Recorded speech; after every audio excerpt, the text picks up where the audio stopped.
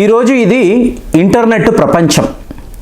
అంటే ఇప్పుడు మీరు ఈ వీడియో చూస్తున్నారు అనుకోండి, అది ఒక టెలివిజన్ అవ్వచ్చు, లేదా మొబైల్ ఫోన్ అవ్వచ్చు, మీకు ఐపాడ్ అనండి, కంప్యూటర్ అనండి, డెస్క్టాప్ కంప్యూటర్. సో ఎందులో అయినా సరే మీరు ఒక వీడియో చూడడమో ఒక సినిమా చూడాలి అంటే మీకు ఏం ఉండాలండి? ఇంటర్నెట్ ఫెసిలిటీ ఉండాలి, ఇంటర్నెట్ కనెక్షన్ అంటాం కదా. సో ఇప్పుడు ఒక ఫండమెంటల్ క్వశ్చన్, ఈ ఇంటర్నెట్ను ఎవరు కనిపెట్టారు? ఏముంది ప్రేమ్ గారు, ఏ అమెరికా వాడు లేదా మీరు అంటున్న యూదులు, ఇజ్రాయెల్ వాళ్ళు, ఎందుకంటే ఒక మొబైల్ ఫోన్ అనండి, ఆ మొబైల్ ఫోన్లో మీకు ఈ మెసేజ్లు, మీకు ఎస్ఎంఎస్లు, వాట్సప్లు, ఇవన్నీ ఎవరు? మీకు ఇజ్రాయెల్ వాళ్ళే కనిపెడతారు, అవునా? సో ఈ ఇన్నోవేషన్, ఇంటర్నెట్ అనబడే ఇన్నోవేషన్ కూడా ఇజ్రాయెల్ వాళ్ళే చేసుంటారు, లేదా యూదులు అమెరికా వెళ్ళి అక్కడ ఇన్వెన్షన్ అనేదాన్ని చేసుంటారు. జనరల్గా ఇదే కదండి ఆన్సర్. కానీ ప్రపంచంలో ఫ్రీ మేసన్స్ అనేవాళ్ళు ఉంటారు. ఎవరో ఎక్కడో కష్టపడి ఒక విషయాన్ని కనిపెడితే వాళ్ళను పక్కన పెట్టి మేమే కనిపెట్టాము, దీనికి కమిటీలు అంటారు, కాన్ఫరెన్సులు అంటారు, మీకు సైన్స్ జర్నల్స్లో ఆర్టికల్స్ అంటారు. ఒక రకమైన ప్రాపగెండా క్యాంపెయిన్ చేసి ఫైనల్గా మేమే చేసామని ఒక వ్యక్తో ఇద్దరు ఒక గ్రూప్ ఉంటారు, వాళ్ళకి నోబెల్ బహుమతులు కూడా పంచుతారు. సో మీకు ఇక్కడ ఒక షాకింగ్ వార్త చెప్తాను. ఈ ఇంటర్నెట్ అనబడేది ఫైబర్ ఆప్టిక్స్ అనబడే ఒక టెక్నాలజీతో మీకు అనుసంధానమై ఉంటుందండి. సో ఇప్పుడు ఇంటర్నెట్ని ఎవరు కనిపెట్టారు అంటే డాక్టర్ నరేంద్ర సింగ్ కపానీ. ఈ పేరు నాకు తెలిసి 99% ఎవరు వినుండరు. అంటే మీకు శ్రీనివాస రామానుజం తెలిసే ఉండుంటుంది, మీకు పై సిరీస్ అంటాము. అలాగే ఆయన మ్యాథమెటిక్స్లో చేసిన ఇన్నోవేషన్స్, ప్రపంచంలో అతను ఒక మ్యాథమెటికల్ జీనియస్. అంటే గణిత శాస్త్రము అంటేనే భారతీయులే కదండి కనిపెట్టింది. అబ్బా మళ్ళీ ఇదేనా, ఎప్పుడు సొంత డబ్బానేనా అనిపిస్తుంది మీకు. కానీ రియాలిటీ ఏమిటి అంటే మనము ఎంతో శ్రమపడి మన గురువులు ఇచ్చిన జ్ఞానముతో ఎన్నో విషయాలను మనం కనిపెడుతూ ఉంటాము, వాటి మీద పరిశోధనలు చేస్తూ ఉంటాము. కానీ ఏ బ్రిటిష్ వాడో, అమెరికా వాడో, జపాన్, చైనా వాడో ఇది మేమే చేసాము, ఫ్రీ మేసన్స్ వాళ్ళు చెప్తారు, ప్రపంచం ఒప్పుకుంటుంది, వాళ్లకు ఎన్ని అవార్డులు ఇవ్వాలో ఇస్తారు. ఇప్పుడు పీటర్ హిగ్గీస్ అని అంటారు కదండి, మీకు పీటర్ హిగ్గీస్కి నోబెల్ బహుమతి ఇచ్చారు. ఇందులో మీకు సత్యేంద్రనాథ్ బోస్ని పెట్టకూడదు అనుకున్నారు. అంటే హిగ్గీస్ బోజాన్, పీటర్ హిగ్గీస్. సో ఇప్పుడు ఏమైంది, మీకు సత్యేంద్రనాథ్ బోస్ ఆల్బర్ట్ ఐన్స్టైన్తో కలిసి జనరల్ రిలేటివిటీ మాత్రమే కాదండి, మీకు దీనికి సంబంధించిన గాడ్స్ పార్టికల్, అంటే హిగ్గీస్ బోజాన్ ఏదైతే మనం ఇప్పుడు మాట్లాడుతున్నామో దీన్ని గాడ్స్ పార్టికల్ అంటారు. దాని విషయంలో కూడా క్వాంటమ్ ఫిజిక్స్, దీని విషయంలో పరిశోధన చేశారు. ఒక స్టేజ్లో మీకు ఆల్బర్ట్ ఐన్స్టీన్ ఈయన పేపర్స్ను చూడండి, ఎంత అద్భుతమైన ఫార్ములాస్, ఎంత అద్భుతమైన ప్రిడిక్షన్స్, చాలా బాగుందని ప్రపంచానికి చెప్పాడు ఆయన.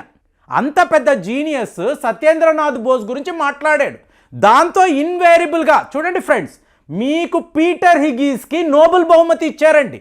గాడ్స్ పార్టికల్ కనిపెట్టావు, అందులో ఏం పేరు, హిగ్గీస్ బోజాన్. కానీ ఆయనకే నోబెల్ బహుమతి ఇచ్చారు. ఆల్బర్ట్ ఐన్స్టీన్ గారు చెప్పారు అని చెప్పి ఈయన పేరుని అతికిచ్చామండి, లేకపోతే ఈయనేం చేశాడు. సో అలా మాట్లాడతారు. అంతా కూడా అటు పూల తోట, యూరోప్ అటువైపే అన్నీ జరుగుతాయి. మనవంతా కూడా క్రూర మృగాలు నివసించే అడవి, ఇక్కడ ఏమీ జరగదు.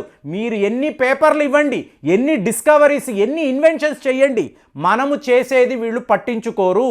ఇది ఎందుకు చెప్తున్నాను అంటే ఇంటర్నెట్ అనేది ఇవాళ ప్రపంచాన్ని రూల్ చేస్తున్న ఒక అతి ముఖ్యమైన కమ్యూనికేషన్ వ్యవస్థ.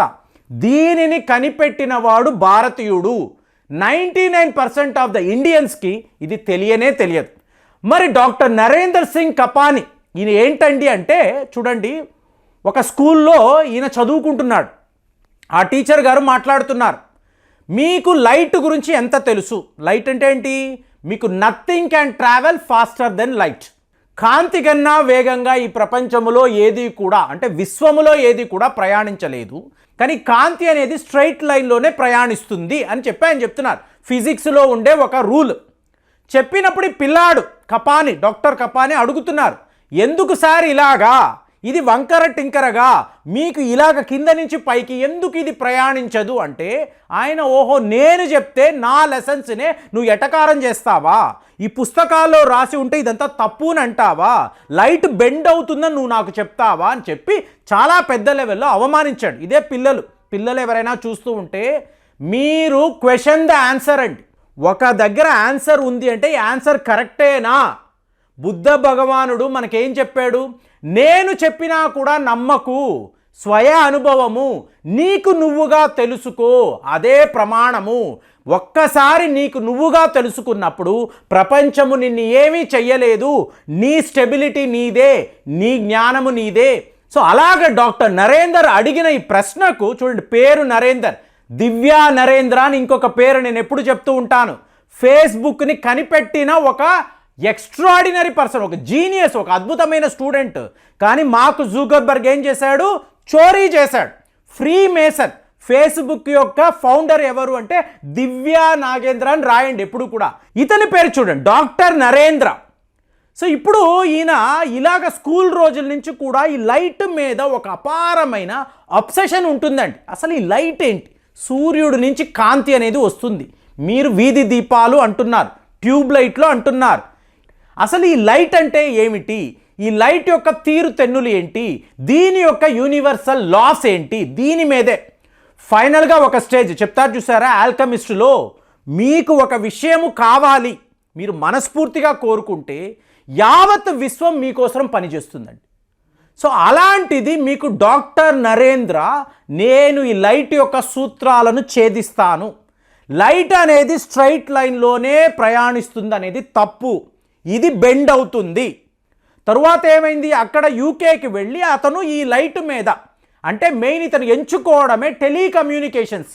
అప్పుడప్పుడేది వస్తుందండి, ఎందుకంటే యుద్ధాలప్పుడు మీ శత్రువులు ఎక్కడ ఉన్నారు, ఎంత దూరంలో ఉన్నారు, ఎప్పుడు మీ దాకా రాబోతున్నారు, పవర్ఫుల్ రేడార్స్, టెలికమ్యూనికేషన్, దీని మీదే ఇతను పరిశోధనలు చేసినప్పుడు టెలికమ్యూనికేషన్ తర్వాత టెలిఫోన్, దీని మీద కూడా ఇతని దృష్టి వచ్చింది. ఈ టైంలో ఇతను డాక్టర్ హాప్కిన్స్ అని ఇంకొక వ్యక్తితో కలిసి లైట్ మీద, టెలికమ్యూనికేషన్ మీద పరిశోధనలు చేస్తున్నారు. హాప్కిన్స్ అనబడే వ్యక్తి ఒక థియరీని ఇచ్చాడు. దాన్ని ఫైబర్ ఆప్టిక్స్లోకి కన్వర్ట్ చేయడానికి ఏమేమి కావాలో అంటే ప్రాక్టికల్ ఫిజిక్స్ మీకు డాక్టర్ నరేంద్ర సింగ్ కపాని చేశారు. ఫైనల్గా వీళ్ళు ఒక రిజల్ట్కి వచ్చారు. ఎస్, ఫైబర్ ఆప్టిక్స్ని మనం కనిపెట్టాము. దీని ద్వారా మనము టెలివిజన్, టెలికమ్యూనికేషన్, రేడార్లు, అలాగే ఇంటర్నెట్ లాంటి అతి శక్తివంతమైన కమ్యూనికేషన్ వ్యవస్థను తీసుకురావచ్చు. కాన్ఫిడెంట్గా ఉన్నారు. కానీ ఈగో క్లాష్. హాప్కిన్స్ ఏమో నేనే థియరీని ఇచ్చాను, మీకు డాక్టర్ కపాని ఏమో లేదు ప్రాక్టికల్గా దీన్ని అంటే ఒక ప్రోడక్ట్ను నేనే తయారు చేశాను. వీళ్ళు గొడవపడి ఎన్నో పేపర్స్ని రిలీజ్ చేసినా కూడా వీళ్ళు విడిపోవడంతో ఒక మేజర్ వర్క్ అనేది ఆగిపోయింది. ఈ టైంలో అంటే 13 ఏళ్ల తరువాత డాక్టర్ చార్ల్స్ కావ్ అనబడే ఇంకొక వ్యక్తి, ఇతను కూడా యూకేలోనే చదువుకున్నాడు. ఆక్స్ఫర్డ్ యూనివర్సిటీలో ఇదే ఫైబర్ ఆప్టిక్స్కి సంబంధించి ఎన్నో పేపర్స్ను పబ్లిష్ చేశాడు. మీకు ఆధారాలు ఏంటి, సోర్స్ ఏంటి? డాక్టర్ నరేంద్ర సింగ్ కపాని ఇచ్చిన ఈ థియరీ, ఈ పేపర్లు, వీటిని అటు ఇటు మార్చి ఆక్స్ఫర్డ్ యూనివర్సిటీలో తన పిహెచ్డికి సంబంధించిన పేపర్స్లో దీన్ని కూడా పొందుపరచడంతో ఓహో ఇది ఎక్స్ట్రాడినరీ, రేపు ఇంటర్నెట్ లాంటి ఒక వ్యవస్థ వస్తే మీకు లైట్ స్పీడ్ ద్వారా మనం ఎన్నో పరికరాలు, ఇవాళ మనం మాట్లాడుతున్న సెమీ కండక్టర్స్, సెన్సార్స్, మీకు అలాగే ఎలక్ట్రానిక్ సర్క్యూట్స్, ఇవన్నీ కూడా లైట్ స్పీడ్ ఆధారంగా 1000 కిలోమీటర్లు ప్రయాణించే, ఇక్కడ భారత్లో నేను ఒక మెసేజ్ పెడితే మా మిత్రుడు అమెరికాలో, కెనడాలో రిసీవ్ చేసుకొని వాళ్ళు నాకు రిప్లై ఇవ్వగలుగుతున్నారు అంటే ఇది ఇంటర్నెట్ ద్వారానే. దీనికి ఫైబర్ ఆప్టిక్స్ యొక్క రోల్ అనేది చాలా చాలా ముఖ్యము. దీని గురించి ఇంకా ఎన్నో ఇంట్రెస్టింగ్ విషయాలు ఉన్నాయి. మీరు కూడా కొద్దిపాటి రీసెర్చ్ చేసి కామెంట్స్లో ఇతనికి సంబంధించిన ఇంకా ఎన్నెన్ని విషయాలు ఉన్నాయో, ఎంతోమంది వీడియోలు కూడా పెట్టారు. కానీ ఇతను ఒక అద్భుతమని చెప్పడానికి మన మధ్య కమ్యూనికేషన్ జరగాలండి. మనము మన ఆలోచనలను షేర్ చేసుకోవాలి. సో ఆ పనిలో మీరు ఉంటారు అని చెప్పి నేను పూర్తిగా నమ్ముతున్నాను. కామెంట్స్లో డాక్టర్ నరేంద్ర గురించి మీకు ఏమి తెలుసు దయచేసి తెలియజేయండి. మళ్ళీ వచ్చే వీడియోలో కలుద్దాం. జై హింద్.